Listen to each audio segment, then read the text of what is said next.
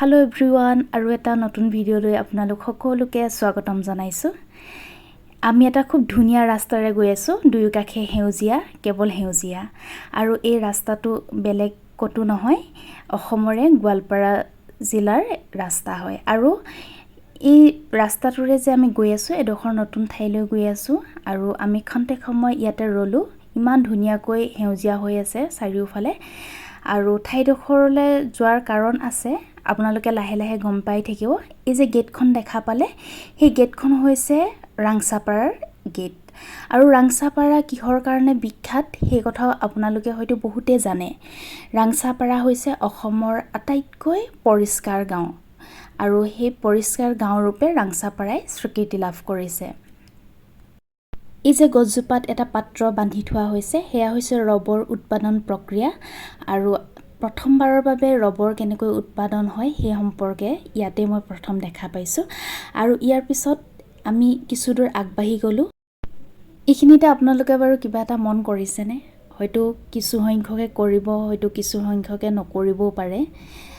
মন কৰিবলগীয়া কথা এইটোৱে যে আপোনালোকে নঙলা দেখিবলৈ পাইছে। আজিকালি গাঁওবোৰত প্ৰায় নঙলাৰ যিটো প্ৰচলন আছিলে সেই প্ৰচলন নোহোৱা হৈ গৈছে। লোহাৰৰ গেট দিয়া আৰম্ভ কৰিছে। হয়তো এটা সময়ত আমাৰ পিছৰ প্ৰজন্মই নঙলা কি সেয়া মিউজিয়ামতহে দেখিবলৈ পাব। গছজোপাত যে দেখা পাইছে আপোনালোকে বাঁহৰ ঘৰটো, সেয়া কোনো পাৰ্কত বনাই থোৱা নাই। এয়া গাঁওখনৰ মানুহবোৰে নিজৰ ঘৰতেই ধুনীয়াকৈ বনাই থৈছে।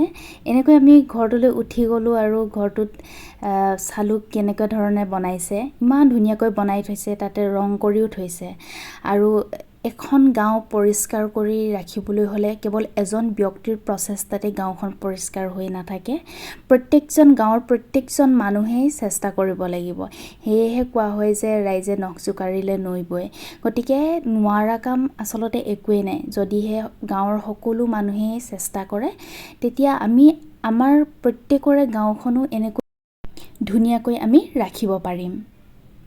গাঁওখনৰ বহুখিনি ঠাই আমি ঘূৰিলোঁ, চালোঁ। আৰু গাঁওখনৰ এটা কথা মন কৰিবলগীয়া যে গাঁওখনত ক'তো জাবৰ জোথৰ পৰি থকা নাছিল, প্লাষ্টিক পৰি থকা নাছিল। এই ক্ষেত্ৰত গাঁৱৰ মানুহখিনি যথেষ্ট সচেতন। আৰু নিজৰ ঘৰখন কেনেকৈ ধুনীয়াকৈ সজাই তুলিব পাৰি, সেয়া ঘৰবোৰ আৰু গাঁওখনৰ যি সেউজীয়া পৰিৱেশ, সেয়া তালৈ মন কৰিলে আমি বুজি উঠোঁ তেওঁলোক কিমান সচেতন। গাঁওখনতে এখন বাঁহৰ পাৰ্ক আছে।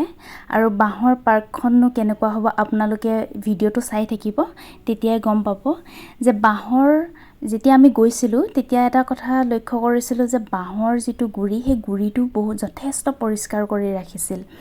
আৰু তাতে বহিবও পাৰি, তাতে সেই পৰিৱেশটোৰ মাজত একাত্ম হ'ব পাৰি।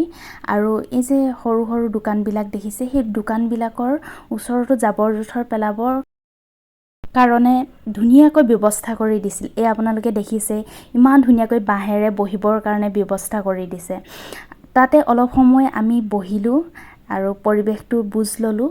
তাৰপিছতে আমি আকৌ আন এটুকুৰা ঠাইলৈ গ'লোঁ। এই ফুলি থকা ধুনীয়া ফুলবোৰ এজন মানুহৰ প্ৰচেষ্টাত হৈছে। তেওঁ নিজৰ ঘৰতে এনেদৰে ফুল ৰুইছে। এই যে সৰু সৰুকৈ ৰঙা ৰঙাকৈ ফল লাগি থকা দেখিছে, সেয়া হৈছে চেৰি গছ। তেওঁ ঘৰতে ৰুইছে। আৰু তাৰ পৰা আপোনালোকে গ'লে কিনিও আনিব পাৰে, তেওঁ বিক্ৰীও কৰে। আৰু আমি তাৰ পৰা দুটাকৈ পুলি কিনি আনিছিলোঁ।